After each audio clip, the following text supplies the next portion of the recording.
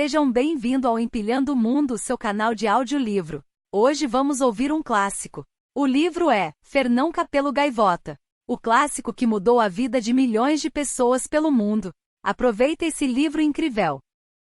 Era manhã e o novo sol salpicava de dourado as ondas de um mar calmo. A 2 quilômetros da costa, um barco de pesca lançava isco à água e o chamamento para o bando do pequeno almoço espalhou-se pelo ar, até uma multidão de 1000 gaivotas chegar para disputar os pedaços de comida. Era o início de outro dia atarefado. Mas, a grande distância, sozinho e muito para lá do barco e da costa, Fernão Capelo Gaivota estava a praticar.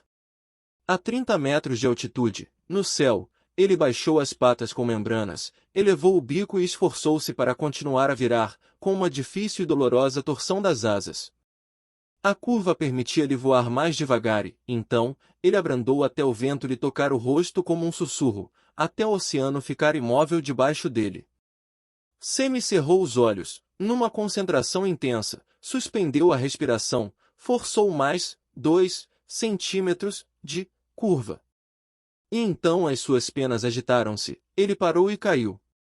Como sabem, as gaivotas nunca hesitam, nunca param.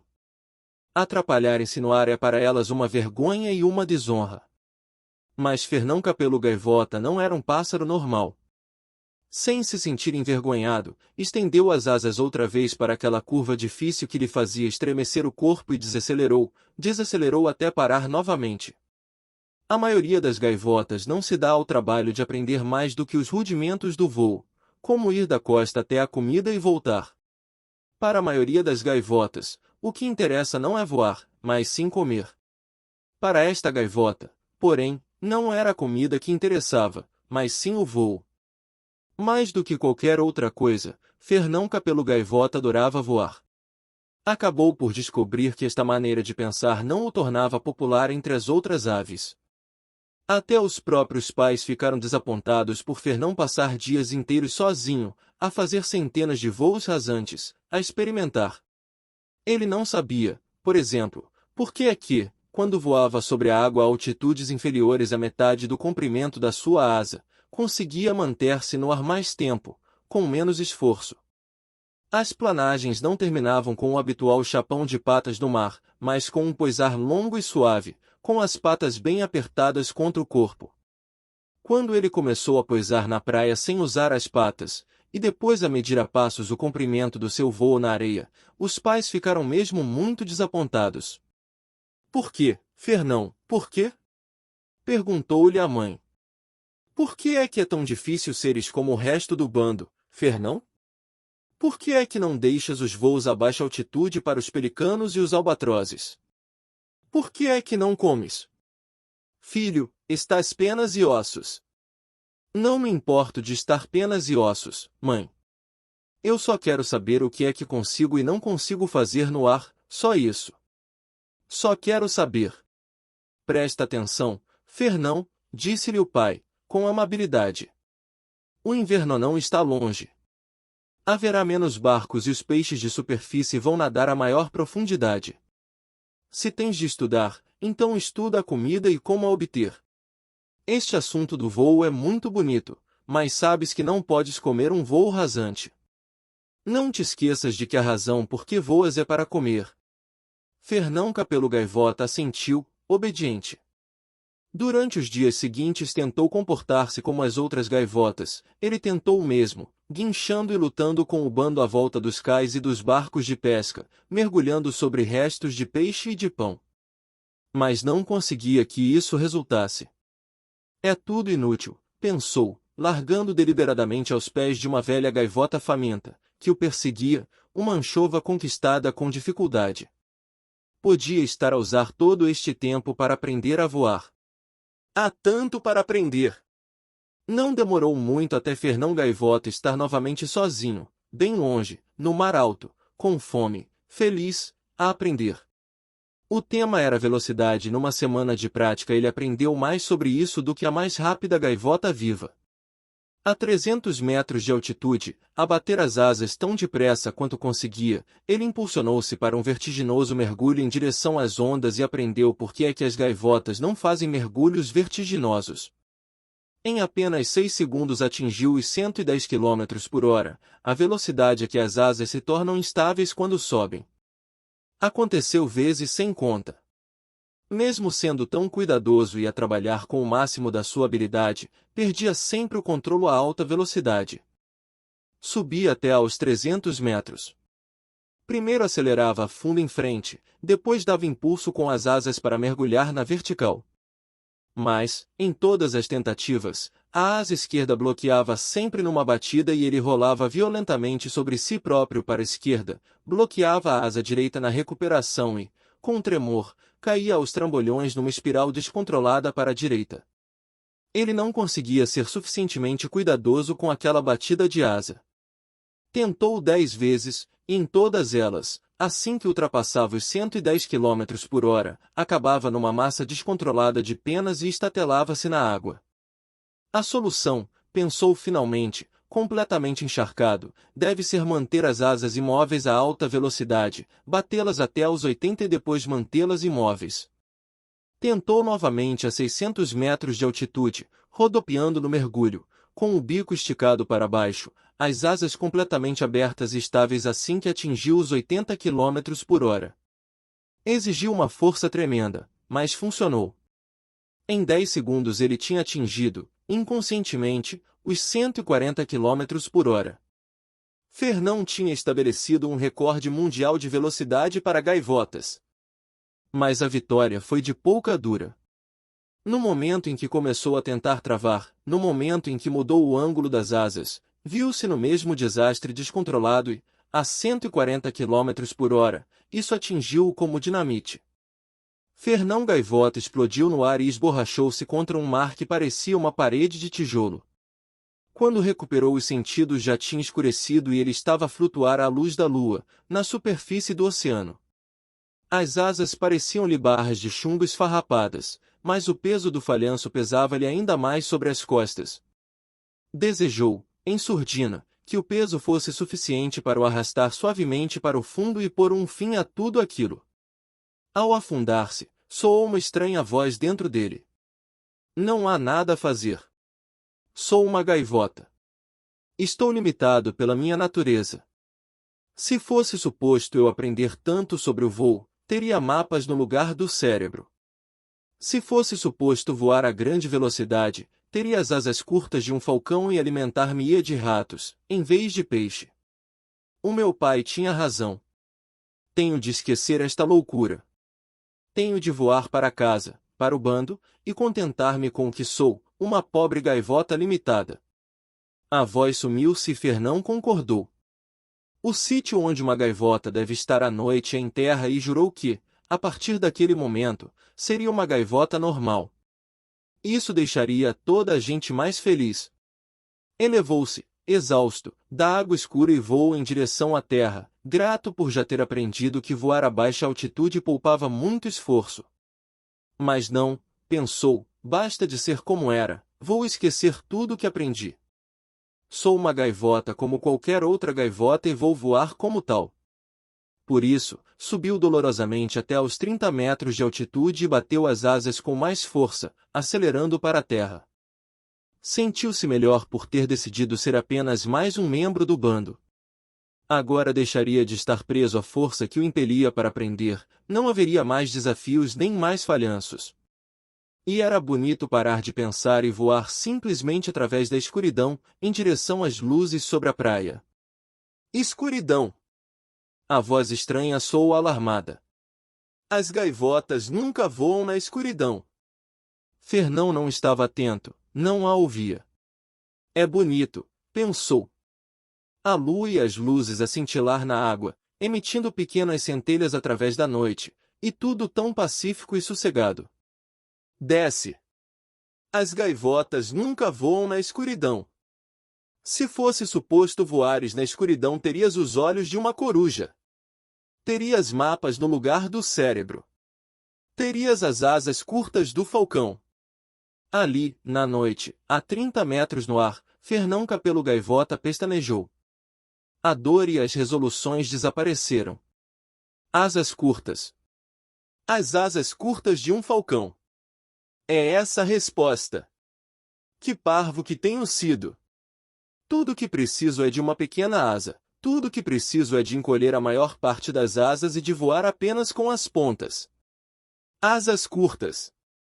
Subiu para os 600 metros sobre o Mar Negro e, sem um momento para pensar no falhanço ou na morte, apertou com força as asas anteriores contra o corpo, deixando apenas que as extremidades pontiagudas das asas cortassem o vento, e lançou-se num mergulho vertical. O vento era um rugido monstruoso sobre a sua cabeça.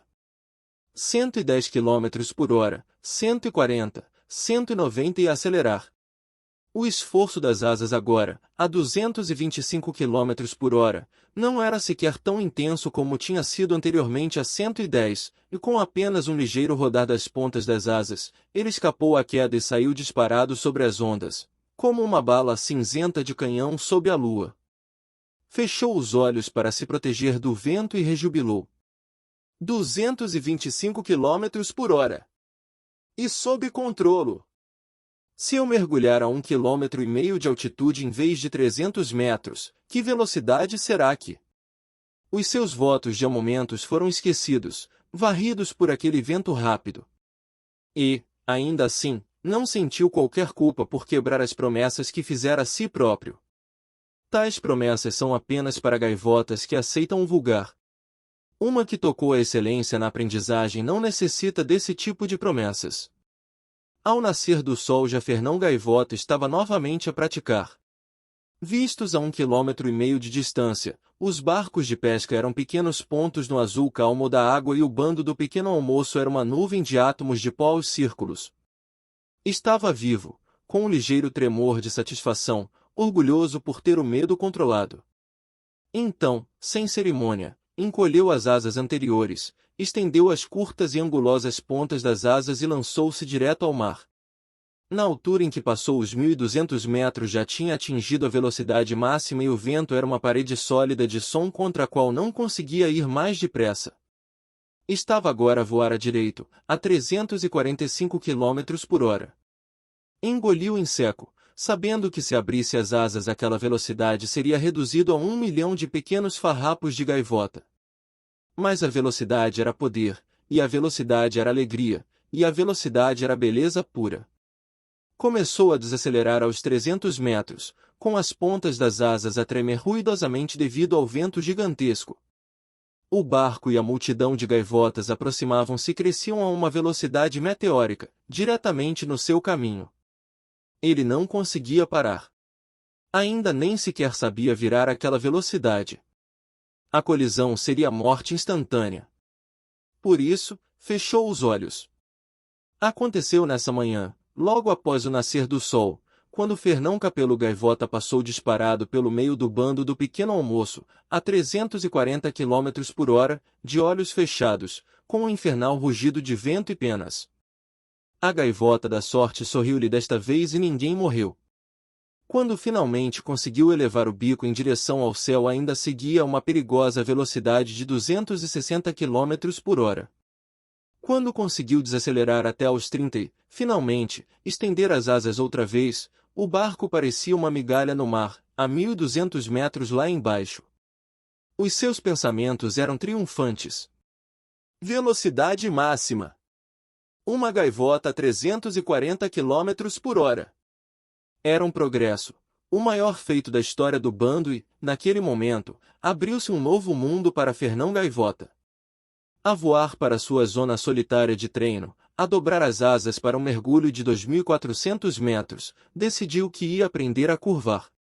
Descobriu que se movesse só uma pena da ponta da asa, menos de 2 centímetros, conseguia virar suavemente a uma velocidade incrível.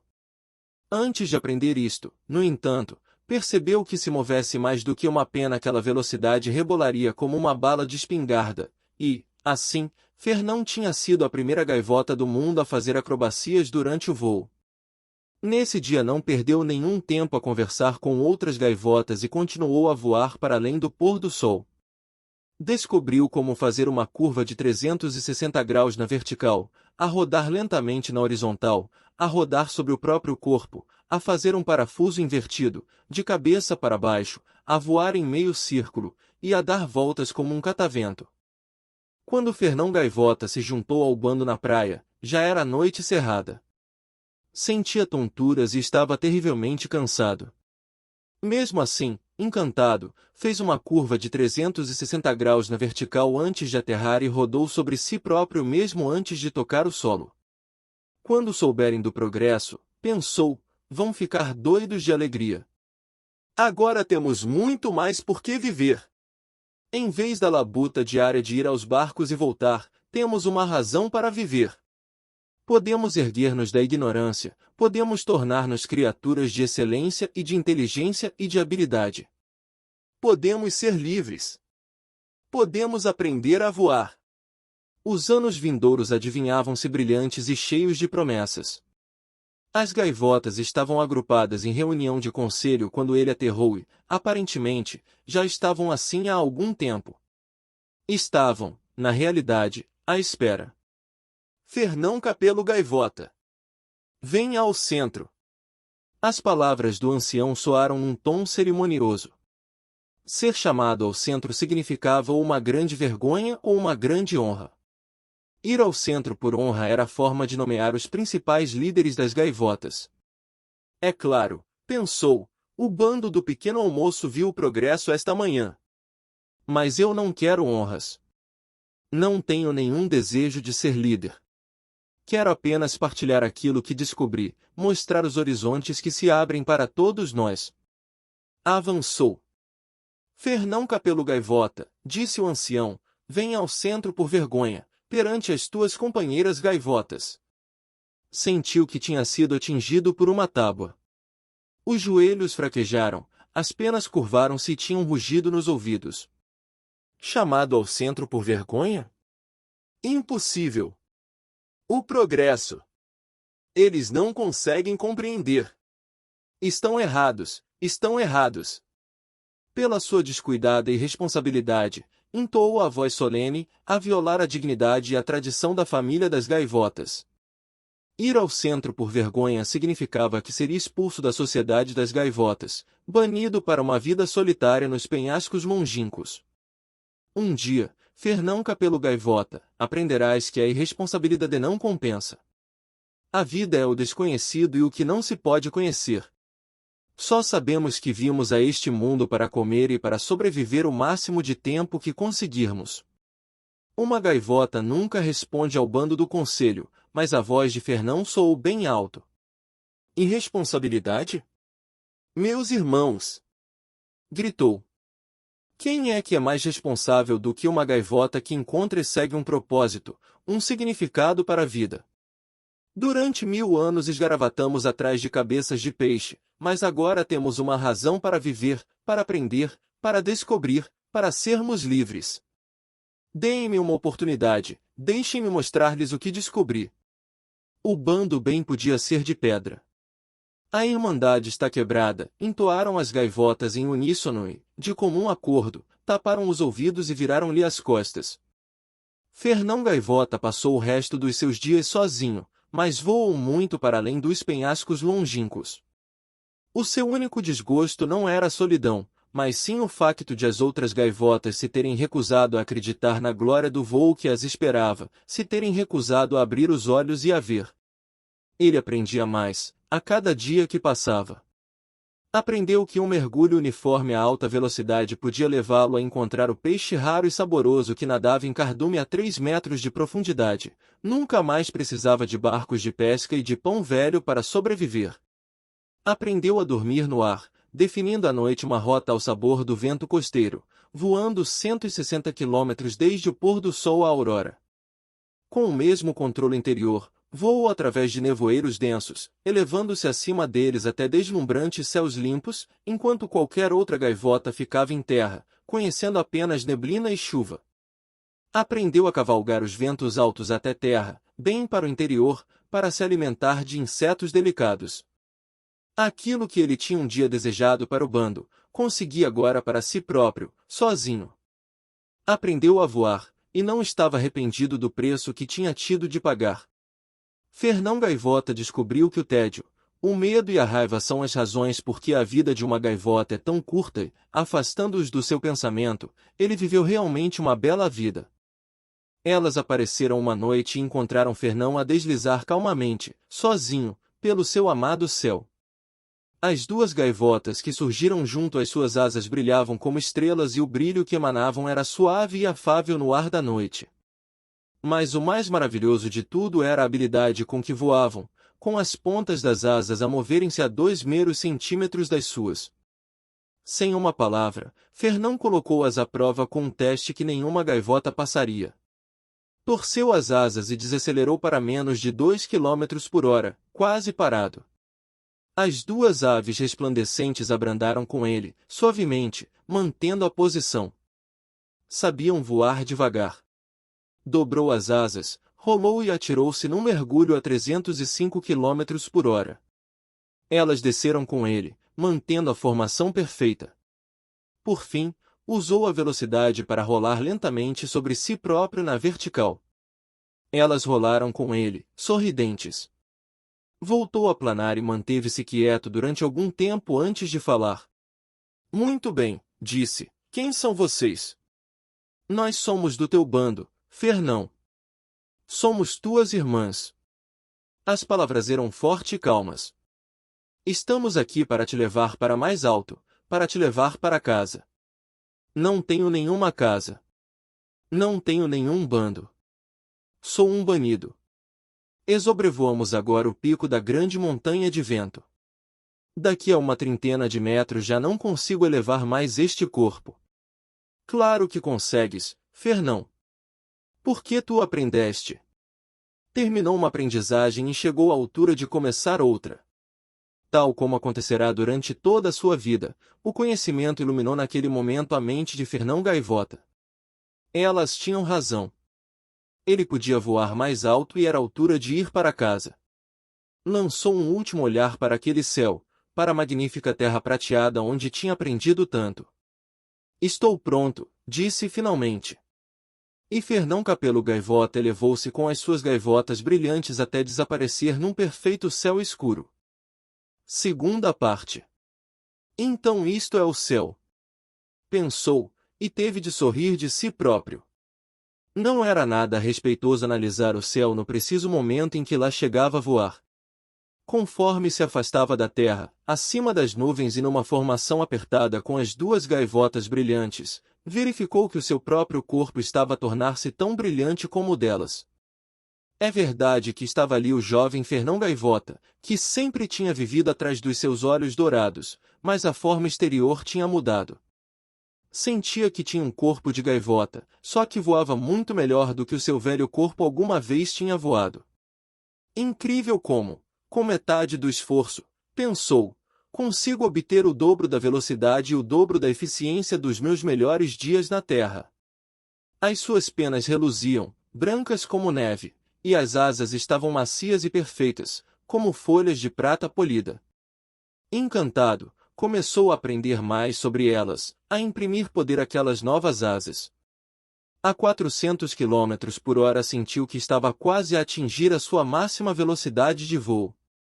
Aos 440 achou que estava a voar tão depressa quanto seria possível e isso deixou-o ligeiramente desapontado. Havia um limite para o que este novo corpo conseguia fazer e embora fosse muito mais rápido do que o seu velho recorde de voo, continuava a ser um limite que exigiria um enorme esforço para ultrapassar. No céu, pensou, não deveria haver limites. As nuvens dissiparam-se, os seus acompanhantes gritaram felizes aterragens, Fernão, e desapareceram. Voava sobre um mar, em direção a uma acidentada linha costeira. Algumas gaivotas estavam a aproveitar as correntes de vento nas falésias. Ao longe, para norte, mesmo na linha do horizonte, voavam mais umas quantas. Novas paragens, novos pensamentos, novas questões. Por que é que há tão poucas gaivotas? O paraíso deveria ter bandos de gaivotas. E por que é que estou tão cansado de repente? Não é suposto as gaivotas ficarem cansadas, nem dormirem, no paraíso. Onde é que ele teria ouvido aquilo? A memória da sua vida na Terra estava a esmorecer. Ele tinha aprendido muito na Terra, claro, mas os detalhes estavam agora pouco claros. Havia alguma coisa sobre lutar pela comida e ser banido. Uma dúzia de gaivotas que se encontrava junto à linha costeira aproximou-se dele, sem uma palavra. Mesmo assim, sentiu que era bem-vindo e que estava em casa. Fora um grande dia para ele, embora já não se recordasse do nascer do sol.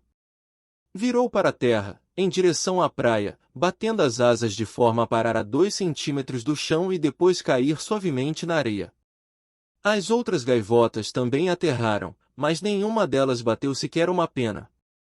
Baloiçaram-se no vento com as asas brilhantes esticadas e depois, de alguma maneira, mudaram a curva das suas penas até pararem no preciso instante em que tocavam com as patas no chão.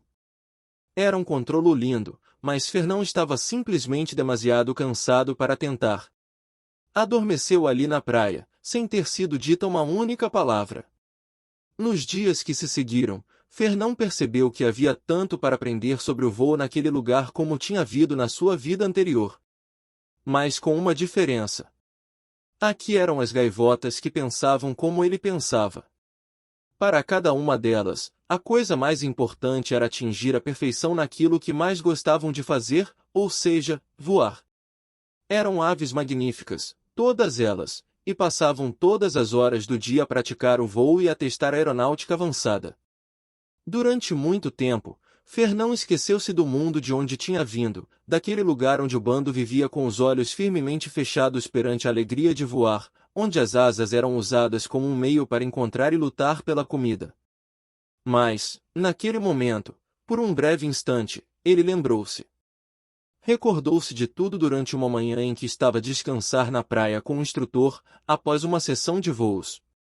Onde é que estão os outros, Henrique? Perguntou silenciosamente, bastante à vontade agora com a telepatia que estas gaivotas usavam, em vez de gritos e guinchos. Por que é que não há mais de nós aqui? Porque, se de onde eu venho havia milhares e milhares de gaivotas. Eu sei. Henrique assentiu com a cabeça. A única resposta que eu encontro, Fernão, é que tu és uma ave única. A maioria de nós fez uma travessia muito mais lenta. Passamos de um mundo para o outro que era praticamente igual, esquecendo imediatamente de onde é que vínhamos, sem nos preocuparmos para onde é que íamos, vivendo apenas para o momento. Fazes alguma ideia do número de vidas que tivemos de viver até termos chegado à primeira ideia de que há mais na vida do que comer, ou lutar, ou ter poder no bando? 1000 vidas, Fernão, 10.000. E depois mais 100 vidas até termos aprendido que existe uma coisa chamada perfeição, e mais 100 outra vez para chegarmos à ideia de que o nosso propósito na vida é alcançar essa perfeição e transmiti-la aos outros. A mesma regra aplica-se agora a nós, claro, escolhemos o nosso próximo mundo de acordo com aquilo que aprendemos neste. Se não aprenderes nada, o próximo mundo é igual a este, com as mesmas limitações e pesos de chumbo para superar. Esticou as asas e virou-se para o vento. Mas tu, Fernão, disse, aprendeste tanto numa determinada altura que não tiveste de atravessar 1000 vidas para chegar a esta. Instantes depois estavam de novo no ar, a praticar. As voltas circulares eram difíceis, porque durante a metade invertida Fernão tinha de pensar de cabeça para baixo, invertendo a curva das asas, e invertendo-a exatamente em harmonia com o instrutor. Vamos tentar novamente, repetiu Henrique, uma e outra vez. Outra vez. Então, finalmente, disse, boa. E começaram a praticar piruetas exteriores. Uma noite, as gaivotas que não praticavam voo noturno juntaram-se na areia, a meditar. Fernão reuniu toda a coragem que tinha e dirigiu-se à gaivota anciã, que, dizia-se, estava prestes a passar para outro mundo. Xian, disse, um pouco nervoso. A velha gaivota olhou para ele com bondade. Sim, meu filho? Em vez de estar debilitado pela idade, o ancião tinha ganho poder. Ele conseguia voar melhor do que qualquer gaivota do bando e tinha aprendido habilidades que os outros estavam apenas a descobrir gradualmente. Xian, este mundo não é nada o céu, pois não? O ancião sorriu, sob a luz da lua. Estás a aprender outra vez, Fernão Gaivota, respondeu. Bem, e o que é que acontece depois? Para onde vamos? O paraíso não existe. Não, Fernão, não existe. O paraíso não é um lugar, nem é um tempo. O paraíso é a perfeição. Ficou silencioso durante alguns instantes. Tu voas muito depressa, não voas? Eu gosto de velocidade, disse Fernão, apanhado de surpresa, mas orgulhoso por o ancião ter reparado. Começarás a atingir o paraíso, Fernão, quando atingires a velocidade perfeita. E isso não é voar a 1,6 mil milhas por hora, ou a 1,6 milhões, ou voar à velocidade da luz. Porque qualquer número é um limite e a perfeição não tem limites. A velocidade perfeita, meu filho, é estar lá. Sem aviso, Xian desapareceu e reapareceu à beira da água, a 15 metros de distância, numa fração de segundo. Depois desapareceu outra vez e surgiu, na mesma milésima de segundo, junto ao ombro de Fernão. É bastante divertido, disse. Fernão estava deslumbrado. Esqueceu as perguntas sobre o paraíso. Como é que fazes isso? O que é que sentes? A que distância consegues ir? Podes ir a qualquer lugar e a qualquer momento que desejes, disse o ancião. Eu fui a todos os sítios e a todos os momentos de que me lembrei. Olhou em direção ao mar, é estranho. As gaivotas que desprezam a perfeição, em prol da viagem, não vão a lado nenhum, lentamente. As que deixam de lado a viagem, em prol da perfeição, vão a qualquer lado, num instante. Lembra-te, Fernão, o paraíso não é um sítio nem um tempo, porque espaço e tempo não têm qualquer significado. O paraíso é. Podes ensinar-me a voar assim? Fernão Gaivota tremia perante a conquista de mais outro desconhecido. Claro, se queres aprender. Quero. Quando podemos começar? Podemos começar agora, se quiseres. Eu quero aprender a voar assim, disse Fernão, e uma luz estranha brilhou-lhe nos olhos. Diz-me o que tenho de fazer. Xian falou devagar e observou a gaivota mais jovem com cuidado. Para voares tão depressa quanto o pensamento, para qualquer lugar que exista, disse, tens de começar por saber que já chegaste. O truque, de acordo com Xian, era Fernão deixar de se ver a si próprio como estando preso dentro de um corpo limitado, com 1 metro de envergadura de asas e com uma perícia que podia ser assinalada numa escala.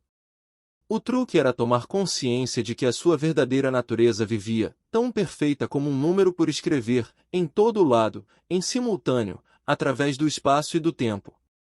Fernão continuou a tentar, empenhado, dia após dia, desde antes do nascer do sol até depois da meia-noite. Mas, apesar de todo o esforço, nunca conseguiu mover uma pena do lugar onde estava. Esquece a fé! Dizia-lhe Xian, vezes sem conta. Não precisavas de fé para voar, precisavas era de compreender como se voa. Isto é exatamente o mesmo. Agora tenta novamente. Então, um dia, estava Fernão de pé na costa, de olhos fechados, concentrado, quando percebeu de repente o que Xian lhe tinha estado a dizer. Ena, é verdade. Eu sou uma gaivota perfeita e sem limitações. Sentiu um enorme choque de alegria. Boa! Disse Xian, e havia vitória na sua voz.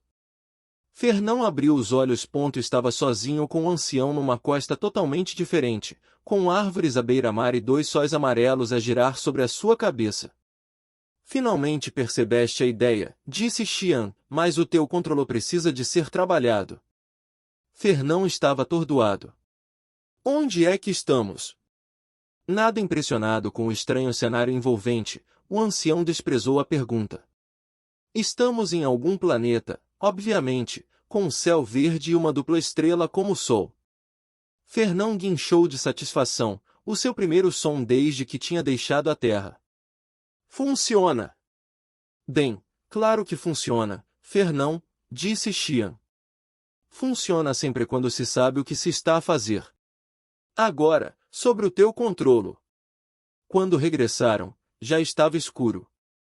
As outras gaivotas olharam para Fernão com admiração nos olhos dourados, pois tinham-no visto desaparecer do local onde estava parado há tanto tempo.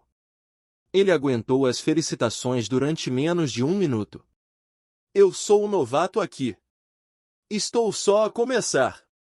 Sou eu que tenho de aprender convosco. Tenho dúvidas sobre isso, Fernão, disse Henrique, que estava ali próximo. Tu tens menos medo de aprender do que qualquer outra gaivota que tenha visto em 10.000 anos. O bando ficou silencioso e Fernão agitou-se, embaraçado. Podemos começar a trabalhar com o tempo, se quiseres, disse Xian, até conseguires voar para o passado e o futuro. E depois estarás pronto para começar o mais difícil, o mais poderoso e o mais divertido de tudo. Estarás preparado para altos voos, para compreender o significado da bondade e do amor. Passou 1 mês, ou algo que pareceu 1 mês, e Fernão aprendeu a um ritmo impressionante. Ele tinha sempre aprendido depressa com a experiência diária e, agora, como estudante especial do próprio ancião, ele absorvia novas ideias como um computador com penas. Mas depois chegou o dia em que Xian desapareceu.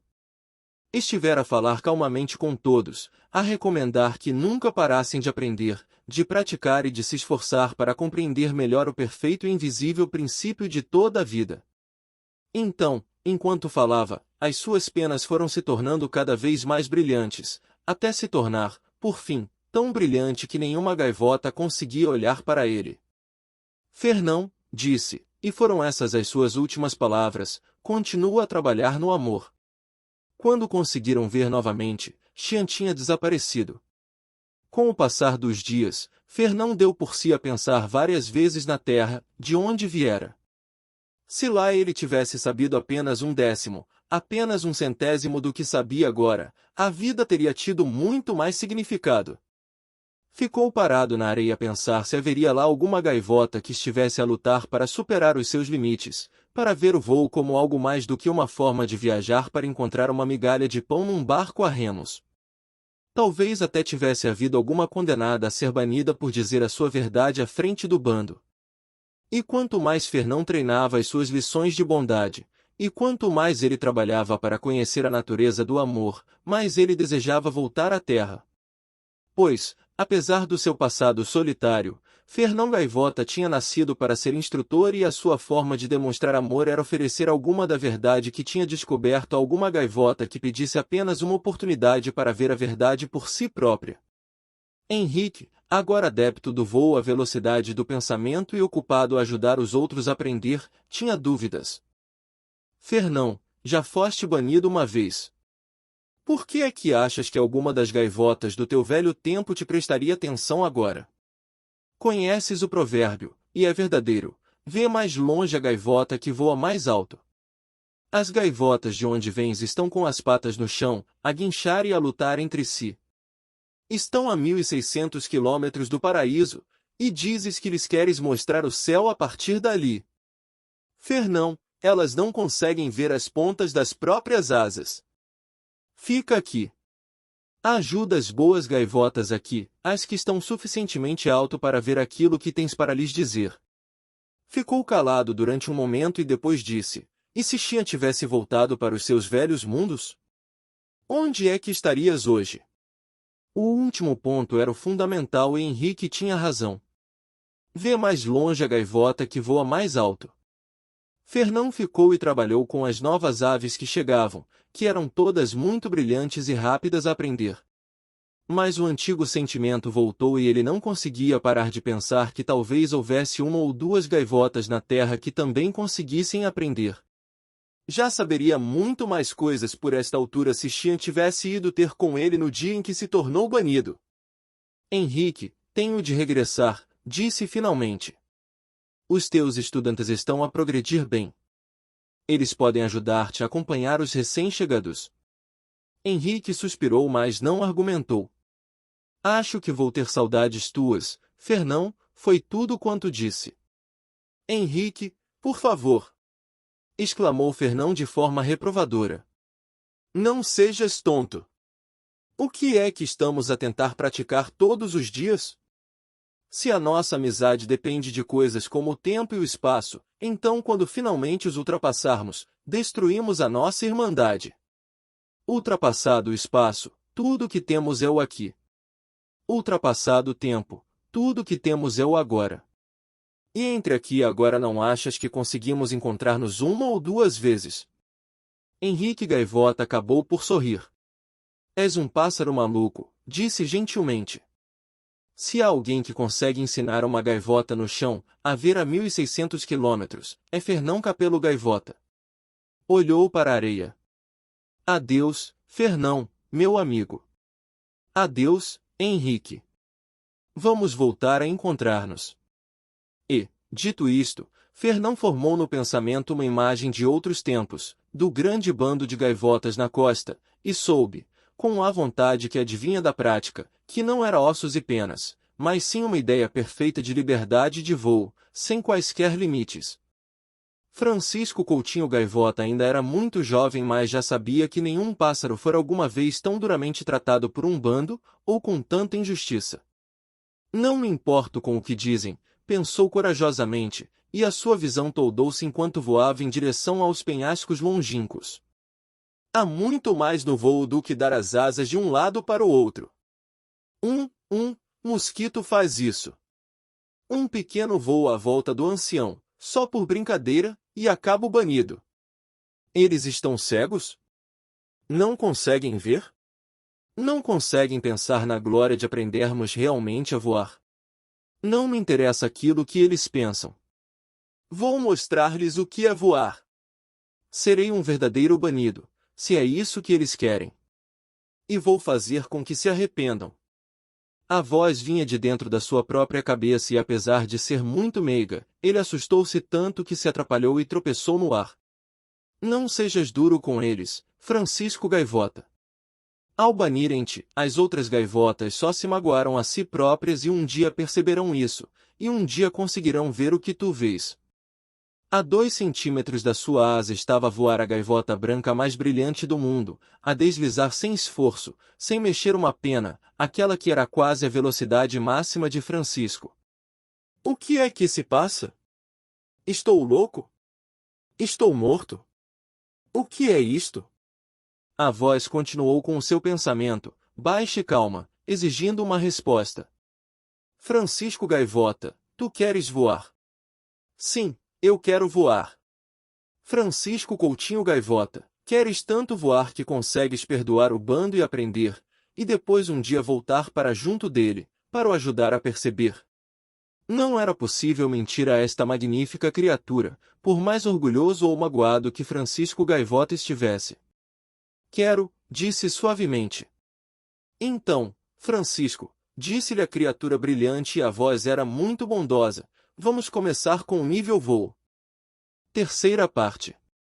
Fernão voa em círculo, lentamente. Sobre os penhascos longínquos, a observar.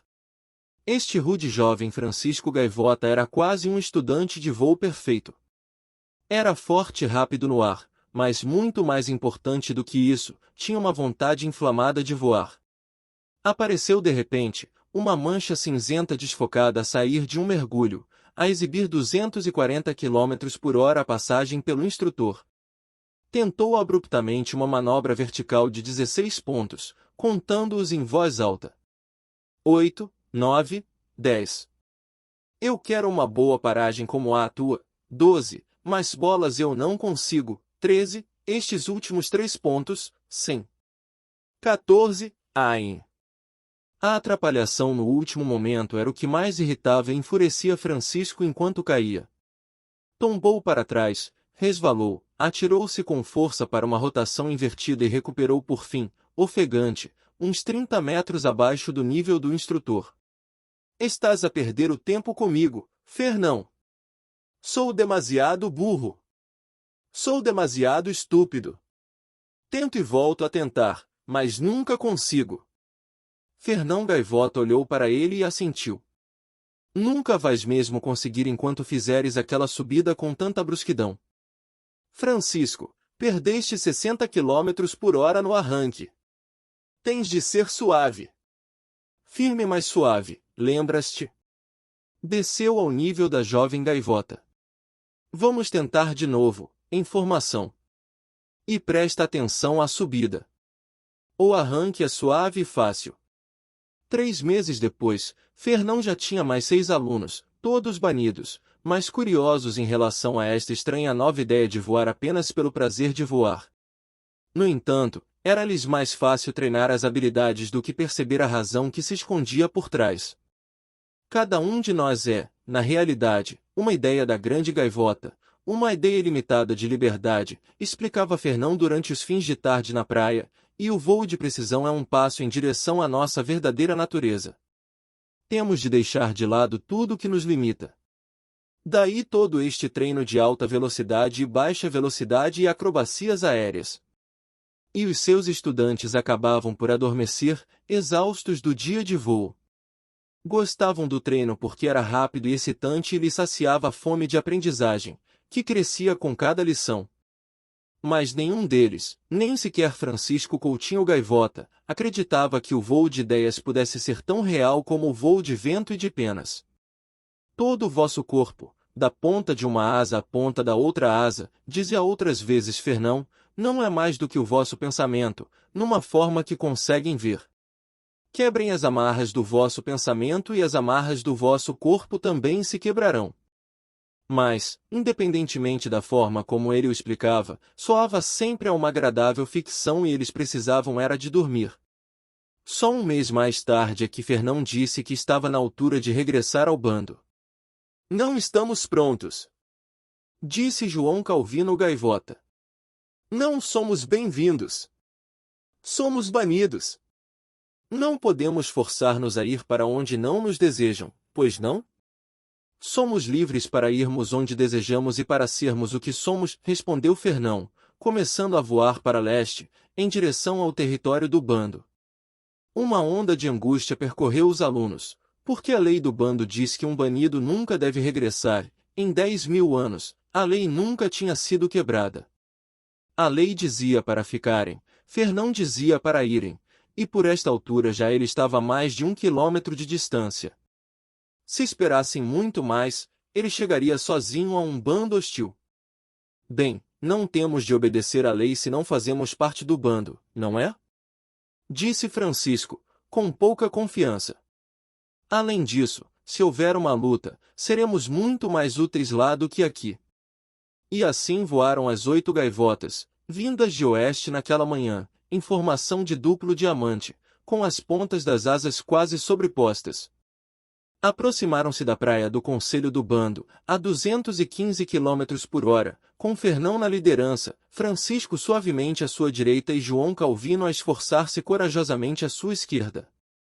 Então, toda a formação virou devagar para a direita, como se os 8 fossem um só pássaro, e planaram, inverteram, planaram, com o vento a fustigá-los. Os gritos e guinchos habituais no cotidiano do bando foram interrompidos, como se a formação fosse uma perigosa espada gigante, e 8.000 olhos de gaivota observaram-na sem pestanejar. Uma de cada vez, as 8 aves subiram, fizeram uma curva vertical de 360 graus e voltaram a descer, até pousarem devagar sobre a areia. Depois, como se isto acontecesse todos os dias, Fernão Gaivota começou a comentar o voo. Para começar, disse, com um sorriso irônico, demoraram todos um bocadinho a juntar-se a mim. Foi como se um relâmpago percorresse o bando. Estes pássaros eram banidos. E tinham regressado. E isso não podia acontecer. As previsões de Francisco, sobre uma luta, desapareceram com a confusão instalada no bando. Bem, é verdade, ok, eles são banidos, disseram algumas das gaivotas mais jovens, mas bolas, onde é que aprenderam a voar daquela maneira? Demorou cerca de 1 hora até a palavra do ancião atravessar o bando, ignorem-nos. A gaivota que falar com um banido será banida. A gaivota que olhar para um banido viola a lei do bando.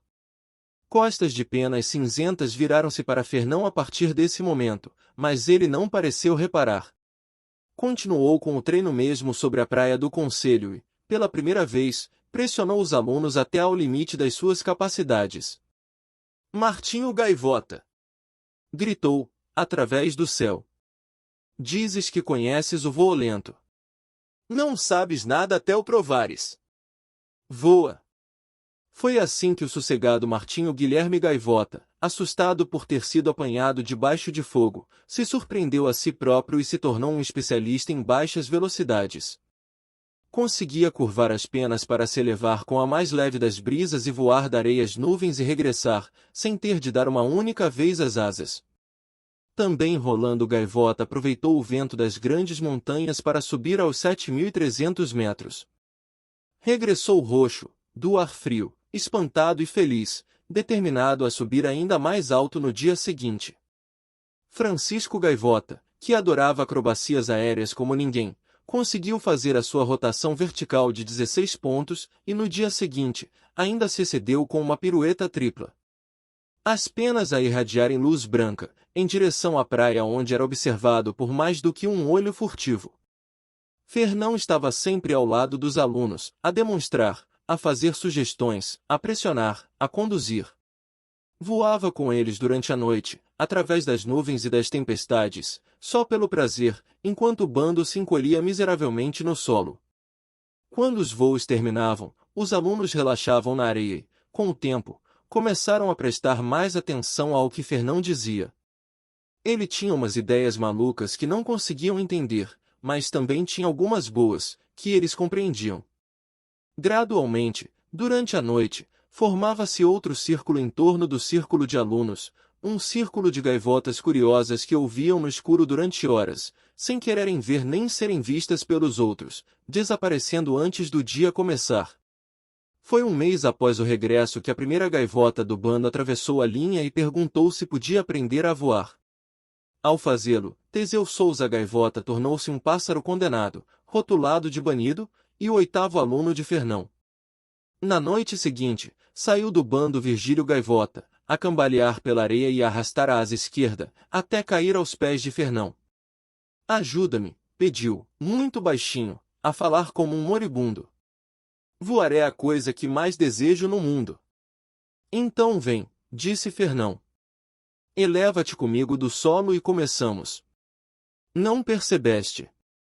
A minha asa. Eu não consigo mover a asa.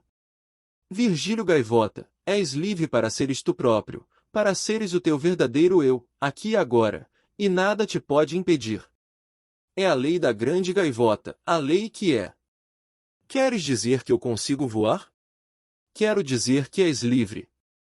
E foi assim que, simples e rapidamente, Virgílio Gaivota abriu as asas, sem esforço, e subiu no ar escuro da noite. O bando foi acordado pelo seu grito, tão alto quanto conseguiu, a 150 metros de altitude. Eu consigo voar! Ouçam! Eu consigo voar! Ao nascer do sol estavam quase 1.000 gaivotas de pé, à volta do círculo dos alunos, a olhar com curiosidade para Virgílio. Não se importavam de ser vistos e escutavam, tentando compreender Fernão Gaivota. Ele falava de coisas muito simples, que é normal uma gaivota voar, que a liberdade é a sua própria natureza, que tudo que for contra essa natureza deve ser abandonado, sejam os rituais ou a superstição ou qualquer forma de limitação. Abandonado, veio uma voz da multidão, mesmo que seja a lei do bando. A única verdadeira lei é aquela que leva à liberdade, disse Fernão. Não há outra. Como é que esperas que voemos como tu voas? Ouviu-se outra voz. Tu és especial e dotado e divino, acima dos outros pássaros. Olhem para o Virgílio. Para o Teseu. Para o Rolando. Para Judite, eles também são especiais e dotados e divinos? Não mais do que tu, não mais do que eu. A única diferença, mesmo a única, é que eles começaram a compreender aquilo que realmente são e começaram a pô-lo em prática. Os seus alunos, à exceção de Francisco, agitaram-se com desconforto. Eles não tinham percebido que era isso que estavam a fazer. A multidão crescia todos os dias. Os pássaros vinham colocar perguntas, idolatrá-los ou tratá-los com desdém. Andam a dizer no bando que, se não és o filho da grande gaivota, disse Francisco a Fernão, certa manhã, depois do treino avançado de velocidade, então estás 1000 anos à frente do nosso tempo. Fernão suspirou. É este o preço de ser incompreendido, pensou. Ou chamam-te diabo ou chamam-te Deus. O que é que achas, Francisco? Estamos à frente do nosso tempo? Fez-se um longo silêncio. Bem, este tipo de voo sempre esteve disponível para ser aprendido por alguém que quisesse descobri-lo. Isso não tem nada a ver com o tempo. Talvez estejamos à frente da moda. À frente da forma como a maioria das gaivotas voa. Isso já é alguma coisa, disse Fernão, rodando o corpo para planar invertido durante algum tempo. Não é tão mal como estarmos à frente do nosso tempo. Aconteceu apenas uma semana depois. Francisco estava a demonstrar a uma turma de novos alunos os elementos do voo de alta velocidade. Tinha acabado de sair do mergulho de 2000 metros e era um rasto cinzento alguns centímetros acima da praia quando um jovem pássaro, no seu primeiro voo, se atravessou no seu caminho, a chamar pela mãe. Com 1/10 de segundo para evitar a cria, Francisco Coutinho Gaivota atirou-se com força para a esquerda, a mais de 320 km por hora, contra um penhasco de granito. Para ele, a rocha pareceu uma porta dura e gigante para outro mundo. Primeiro sentiu uma explosão de medo, de choque e de escuridão quando a atingiu. Depois sentiu-se aplanar num céu muito estranho, esquecendo, recordando, esquecendo, com medo, tristeza e desgosto, um enorme desgosto. A voz chegou-lhe como no primeiro dia em que conhecera Fernão Capelo Gaivota. O truque, Francisco, é tentarmos superar as nossas limitações por ordem, com paciência. Só arriscamos voar através de rocha um pouco mais à frente no programa. Fernão, também conhecido como filho da grande gaivota, disse o instrutor secamente. O que é que estás aqui a fazer? O penhasco. Eu não, morri. Ó, Francisco, vá lá. Pensa. Se estás a falar comigo agora, então é porque não morreste, não é? O que conseguiste fazer foi mudar o teu nível de consciência muito abruptamente. Agora a escolha é tua. Podes ficar aqui e aprender neste nível, que é um bocado mais alto do que aquele que abandonaste, já agora, ou podes voltar e continuar a trabalhar com o bando. Os anciãos estavam desejosos que acontecesse algum desastre, mas estão perplexos por lhes teres feito tão bem à vontade. Claro que quero regressar ao bando. Mal comecei com um novo grupo. Muito bem, Francisco. Lembras-te do que dissemos sobre o nosso corpo não ser mais do que pensamento? Francisco abanou a cabeça, esticou as asas e abriu os olhos na base do penhasco, onde se encontrava todo o bando reunido. Houve um grande clamor de guinchos e gritos quando ele se moveu. Ele está vivo! Ele, que estava morto, vive! Tocou-lhe com a ponta da asa. Ressuscitou! O filho da grande gaivota. Não! Ele nega-o! Ele é um demônio! Demônio! Veio para destruir o bando! Havia 4.000 gaivotas na multidão, assustadas com o que tinha acontecido, e o grito demônio atravessou-as com o vento de uma tempestade oceânica. Com os olhos vidrados e os bicos afiados, aproximaram-se com o intuito de destruir. Sentir-te-ias melhor se partíssemos, Francisco? Perguntou Fernão. De certeza que não objetaria muito se o fizéssemos. Instantaneamente, estavam já ambos a quase 1 quilômetro de distância e os bicos faiscantes da multidão atacaram o vazio. Por que é que Fernão estava perplexo? A coisa mais difícil do mundo é convencer um pássaro de que é livre e que pode prová-lo a si próprio se gastar algum tempo a praticar. Por que é que isso é tão difícil? Francisco ainda estava a pestanejar perante a mudança de cenário. O que é que fizeste? Como é que chegamos aqui? Disseste que querias afastar-te da multidão, não disseste? Sim, Mas como é que tu? Como com tudo o resto, Francisco? Prática. De manhã, o bando já tinha esquecido aquela loucura, mas Francisco não. Fernão, lembras-te do que disseste, há muito tempo, sobre amar o suficiente o bando para regressar e o ajudar a aprender? Claro. Não percebo como é que consegues amar uma multidão de pássaros que acabou de te tentar matar. Oh, Francisco, não é isso que se ama. É claro que não se ama o ódio e a maldade. É preciso praticar para ver a verdadeira gaivota, o que há de bom em cada uma delas, e para as ajudar a ver isso nelas próprias. É a isso que eu chamo amor. É divertido, quando se apanha o jeito. Eu lembro-me de um jovem pássaro corajoso, por exemplo, de seu nome Francisco Coutinho Gaivota. Acabado de ser banido, pronto para lutar contra o bando até a morte, a começar a construir o seu inferno de amargura nos penhascos longínquos. E aqui está ele hoje, a construir antes o seu paraíso e a liderar todo o bando nessa direção. Francisco virou-se para o instrutor e havia um lampejo de medo nos seus olhos. Eu a liderar? O que é que queres dizer, eu a liderar? Tu é que és o instrutor. Não podes partir. Não posso?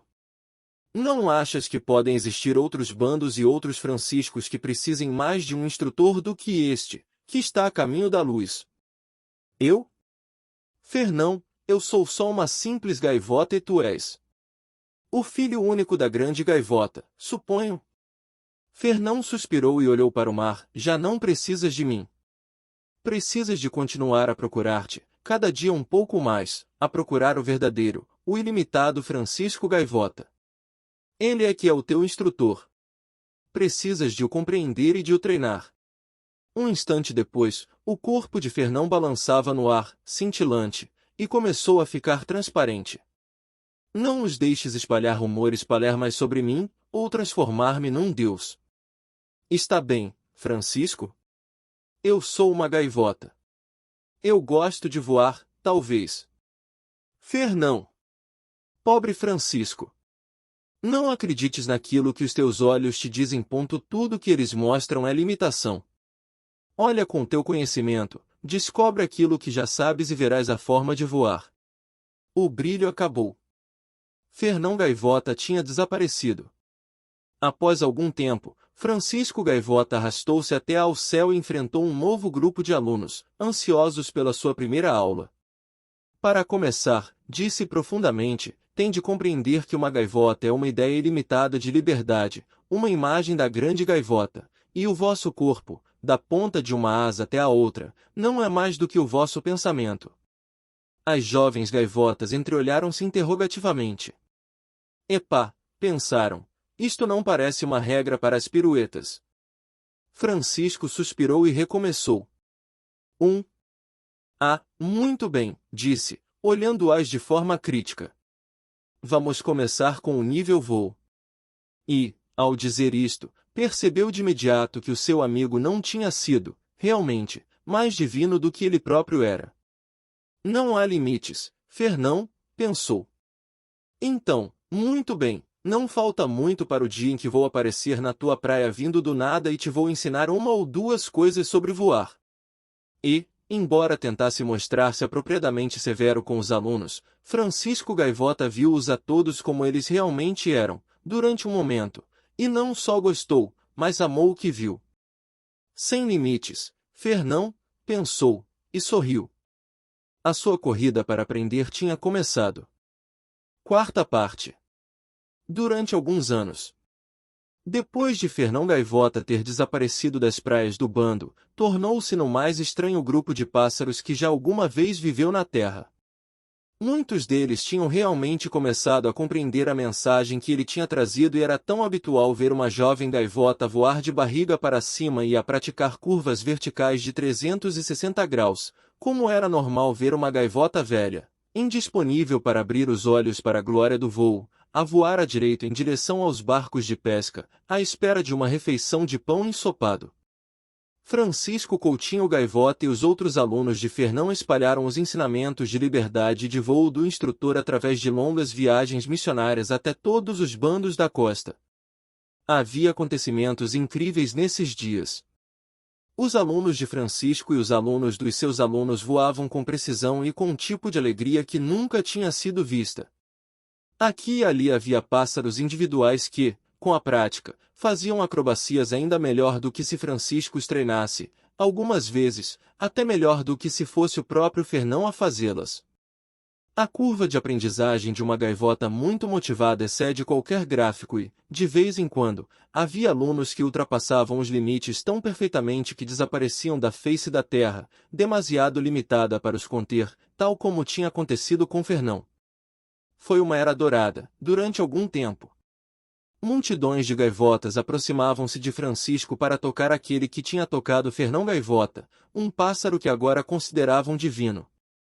Foi em vão que Francisco insistiu que Fernão tinha sido uma gaivota como todos eles, que tinha aprendido, tal como todos eles podiam aprender. Estavam sempre atrás dele para ouvir as palavras exatas de Fernão, para conhecer os seus gestos, para descobrir detalhes sobre ele. Quanto mais imploravam por informação, mais desconfortável ficava Francisco Gaivota. Enquanto outrora eles tinham estado interessados em praticar a mensagem, em treinar e em voar depressa e gloriosamente no céu, agora começavam a escapulir-se ao trabalho árduo e a ficar ligeiramente apaixonados pelas lendas sobre Fernão, como se ele fosse um ídolo de um clube de fãs. Gaivota Francisco, perguntavam, o magnífico Fernão disse nós somos na verdade ideias da grande gaivota, ou disse nós somos de facto ideias da grande gaivota? Por favor, tratem-me por Francisco.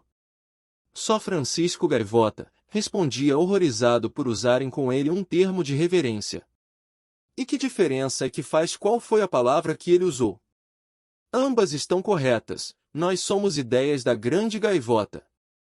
Mas ele sabia que não ficavam satisfeitos com a resposta, que pensavam que ele se tinha esquivado a pergunta. Gaivota Francisco, quando o divino gaivota Fernão se elevava para voar, ele movia uma pata em direção ao vento, ou as duas? Antes de ele conseguir corrigir a primeira pergunta, já outra tinha sido atirada. Gaivota Francisco, a gaivota sagrada Fernão tem olhos cinzentos ou dourados? O interrogador, um pássaro de olhos cinzentos, esperava em angústia uma única resposta possível. Não sei. Esqueçam os olhos dele. Ele tinha olhos roxos. Como é que isso pode ter interesse? O que ele nos veio dizer foi que nós podemos voar, se acordarmos e deixarmos de passar o tempo na praia a falar da cor dos olhos de alguém. Agora vejam, eu mostro-vos como se fazem as rotações em forma de catavento. Mas, mais do que uma gaivota, considerando cansativo praticar algo tão difícil como rotações em forma de catavento, voava para casa, meditando. O grande tinha olhos roxos, não como os meus olhos, não como os olhos de nenhuma gaivota que alguma vez tenha vivido. As aulas transformaram-se, com os anos, de longos e doridos poemas em voo, para sussurros sobre Fernão antes e depois do treino e, finalmente, para longos recitais na areia sobre o divino, sem que ninguém voasse. Francisco e os outros alunos de Fernão passaram, alternadamente, de perplexos a cheios de vontade de corrigir os outros, e de firmes a furiosos com a mudança, mas foram impotentes para parar. Eles eram respeitados, pior, reverenciados, mas já não eram ouvidos, e os pássaros que praticavam o voo eram cada vez em menor número. Um a um, os alunos originais morreram, deixando atrás de si corpos frios.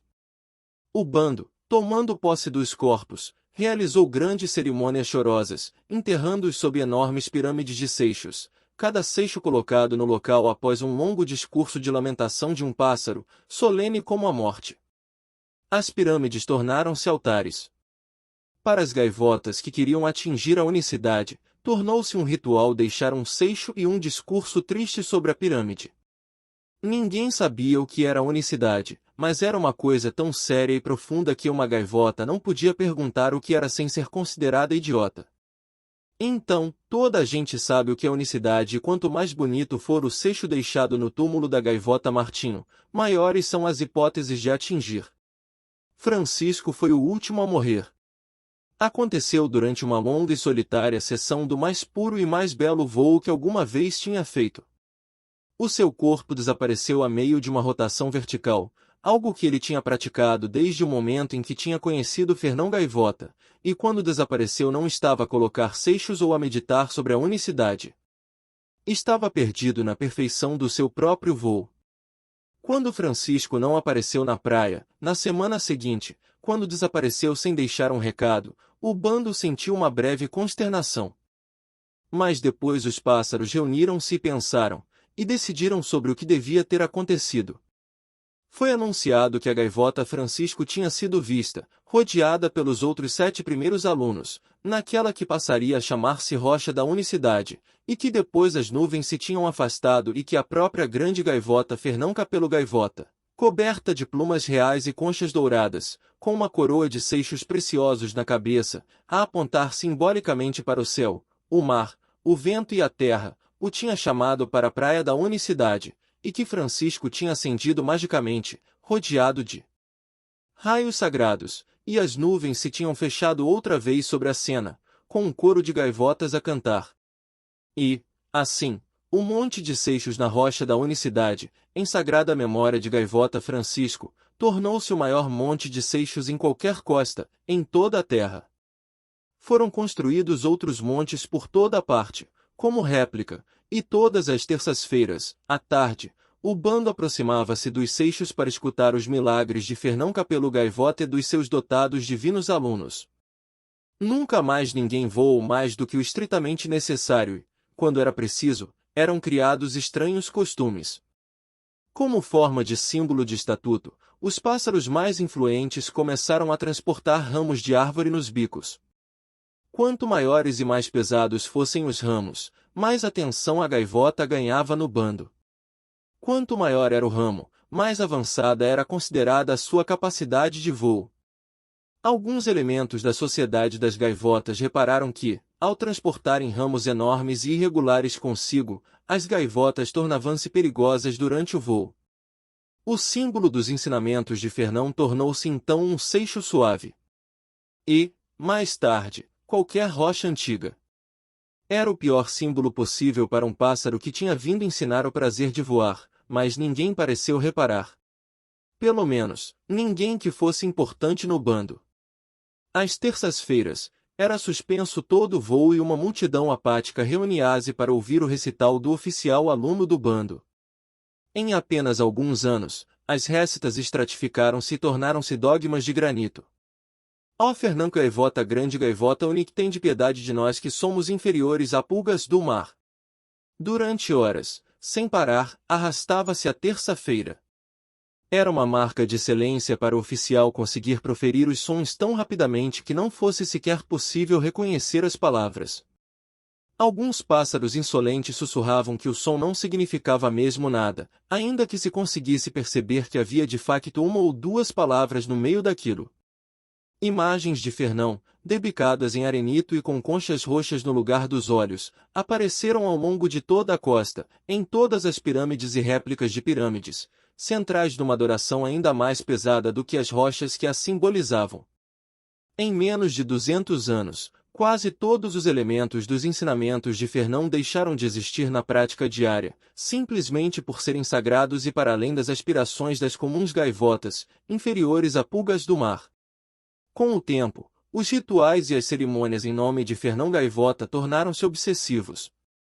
As gaivotas pensantes alteravam as rotas de voo para nem sequer sobrevoarem as pirâmides, construídas como foram sobre a cerimônia e a superstição daqueles que preferiam as desculpas para o falhanço, em vez do trabalho árduo para atingir a grandeza. Mas, paradoxalmente, as gaivotas pensantes fechavam as suas mentes a certas palavras, como o voo, pirâmide, grande gaivota, Fernão. Em todos os outros assuntos eram os mais lúcidos e honestos pássaros desde Fernão, mas a uma referência do nome dele, ou de qualquer outro dos termos tão maltratados pelos oficiais alunos locais, as suas mentes desligavam-se com o barulho de ratoeiras a fechar. Porque eram curiosas, começaram a experimentar o voo, embora nunca usassem essa palavra. Não é voo, asseguravam a si próprias vezes sem conta. É só uma forma de encontrar o que é verdadeiro. Assim, ao rejeitarem os alunos, tornaram-se alunos. Ao rejeitarem o nome de Fernão Gaivota, praticavam a mensagem que ele tinha trazido ao bando. Esta não foi uma revolução barulhenta. Não havia gritos, nem agitar de bandeiras. Mas indivíduos como Antônio Gaivota, por exemplo, ainda antes de terem as penas de adulto, começaram a fazer perguntas. Então, tinha ele dito ao seu oficial aluno local, os pássaros que te vêm ouvir todas as terças-feiras, vêm por 3 razões, não é? Porque acham que estão a aprender alguma coisa, porque acham que colocar outro seixo na pirâmide os vai tornar santos ou porque toda a gente espera que eles lá estejam. Certo? E tu não tens nada a aprender, minha cria? Não. Há algo para aprender, mas não sei o que é. 1 milhão de seixos não me consegue tornar santo se eu não merecer e não me importa o que as outras gaivotas pensam de mim. E qual é a tua resposta, cria? Perguntou o oficial, ligeiramente alterado pela heresia. O que é que chamas ao milagre da vida? A grande gaivota Fernão Sagrado seja ó seu nome disse que voar. A vida não é um milagre, oficial, é uma chatice. O seu grande gaivota Fernão é um mito que alguém inventou há muito tempo, um conto de fadas em que acreditam os fracos porque não aguentam enfrentar o mundo como ele é, imaginem só. Uma gaivota que conseguia voar a 320 km por hora. Eu tentei e o mais depressa que consegui foi 80, em mergulho, e mesmo assim estava praticamente sem controle. Há leis de voo que não podem ser quebradas, e se não pensa assim, vá lá fora experimentar. Acredita mesmo, agora sério, que o seu grande Fernão Gaivota voa a 320 km por hora. E ainda mais depressa, respondeu o oficial, com uma perfeita fé cega, e ensinou os outros a fazê-lo. É o que diz o vosso conto de fadas. Mas quando me conseguir mostrar que consegue voar assim tão depressa, oficial, então começarei a ouvir aquilo que tem para dizer. Esta era a solução e Antônio Gaivota soube-o assim que disse as palavras. Não tinha respostas, mas sabia que grata e alegremente abandonaria sua vida para seguir qualquer pássaro que lhe demonstrasse aquilo de que estava a falar, que lhe mostrasse algumas respostas que funcionassem, que trouxessem excelência e alegria à vida cotidiana. Enquanto não encontrasse esse pássaro, a vida continuaria cinzenta e sombria, ilógica, sem propósito. Todas as gaivotas continuariam a ser uma casual conjugação de sangue e penas dirigindo-se para o esquecimento. Antônio Gaivota seguiu o seu caminho, tal como um número cada vez maior de jovens gaivotas, rejeitando o ritual e a cerimônia em nome de Fernão Gaivota, tristes perante a futilidade da vida, mas pelo menos honestas consigo mesmas, suficientemente corajosas para enfrentarem o facto de serem fúteis. Então, certa tarde, Antônio andava a voar sobre o mar, a pensar que a vida não tem um objetivo e que não ter um propósito é o mesmo que não ter sentido e, portanto, a única coisa a fazer seria mergulhar no oceano e afogar-se. Seria melhor não existir do que existir como uma alga, sem significado nem alegria. Tudo fazia sentido. Era pura lógica e toda a sua vida Antônio Gaivota tinha tentado viver obedecendo à honestidade e à lógica. De qualquer forma, tinha de morrer mais tarde ou mais cedo e não via nenhuma razão para prolongar o doloroso aborrecimento de viver. Por isso precipitou-se, de 600 metros de altitude, para um mergulho em direção à água, descendo a quase 80 km por hora. Era estranhamente excitante ter tomado finalmente esta decisão. Tinha encontrado a única resposta que fazia algum sentido. A meio do seu mergulho para a morte, com o mar a crescer debaixo dele, ouviu um enorme silvo ao lado da sua asa direita e foi ultrapassado em voo por outra gaivota, ultrapassado como se estivesse parado na praia. A outra gaivota era um risco branco a acelerar por ali abaixo, um meteorito vindo do espaço. Antônio, assustado, dobrou as asas para travar e ficou desamparado, a pensar no que tinha visto. O rasto diminuiu suavemente em direção ao mar, a apontar para o topo das ondas, e depois, fez uma curva difícil, apontou novamente para o céu e rodou. Uma longa rotação vertical, a terminar num impossível círculo fechado, no ar. Antônio ficou parado, a observar, esqueceu-se de onde estava e parou outra vez. Juro, disse, em voz alta, juro que era uma gaivota. Virou-se para o outro pássaro, que aparentemente não o tinha visto. Ei! Chamou, tão alto quanto conseguia. Ei! Espera aí! A gaivota mudou imediatamente de direção com uma asa, movendo-se a uma velocidade incrível, e dirigiu-se para ele. Antônio, que seguia direito, fez uma curva vertical e parou de repente no ar, como um esquiador que para no final de uma descida. Ei! Antônio estava sem fôlego. O que é? O que é que estás a fazer? Era uma pergunta parva, mas ele não sabia o que é que havia de dizer. Desculpa se te assustei, disse o estranho, numa voz tão límpida e amigável como o vento. Estava a ver-te o tempo todo. Estava só a brincar. Eu não te teria atingido. Não. Não é isso. Antônio estava desperto e vivo pela primeira vez na sua vida e inspirou. O que foi aquilo? Oh, voar por divertimento, acho eu. Um mergulho e uma subida com rotação, com uma curva de 360 graus no topo. Estava na brincadeira. É preciso alguma prática para conseguir fazê-lo bem, mas é uma coisa bonita, não achas? É, lindo, é o que é. Mas não pertences ao bando. Quem és tu? Pode chamar-me Fernão. Últimas palavras. O último capítulo. Não é uma história incrível, embora pareça. Como é que as aventuras surgem na mente de alguém? Os escritores que adoram o seu trabalho dizem que o mistério faz parte da magia. Não há explicação. A imaginação é uma alma antiga. Alguém sussurra ao espírito, fala suavemente de um mundo brilhante das criaturas que lá existem, com alegrias e tristezas e desesperos e vitórias, como uma história terminada que só falta as palavras. Os escritores agitam imagens para corresponderem à ação que veem, recordam o diálogo do princípio ao fim. Inserem apenas letras, frases e vírgulas, e a história está pronta para esquiar pelas encostas das livrarias. As histórias não se fazem com comitês e gramática, elas nascem de um mistério que toca a nossa própria imaginação silenciosa. As perguntas mantêm-nos intrigados durante anos, até que uma tempestade de respostas surge repentinamente do desconhecido, como setas de um arco que nunca vimos. Foi assim comigo. Quando acabei de escrever a quarta parte, a história de Fernão Capelo Gaivota estava terminada. Na altura, li a quarta parte vezes sem conta. Nunca seria verdade. As gaivotas que seguissem as respostas de Fernão matariam o espírito de voar com rituais? Aquele capítulo disse que era possível. Eu não acreditei. 3 partes contaram tudo o que havia a contar, pensei, não é preciso uma quarta, um céu deserto, palavras poeirentas para abafar a felicidade, quase. Não precisa de ser impresso. Então, por que é que não o queimei? Não sei. Eu guardei a última parte do livro acreditava em si mesma quando eu não acreditei. Sabia aquilo que eu recusava perceber, as forças dos governantes e dos rituais vão, devagarinho, matar a nossa liberdade de viver como escolhemos.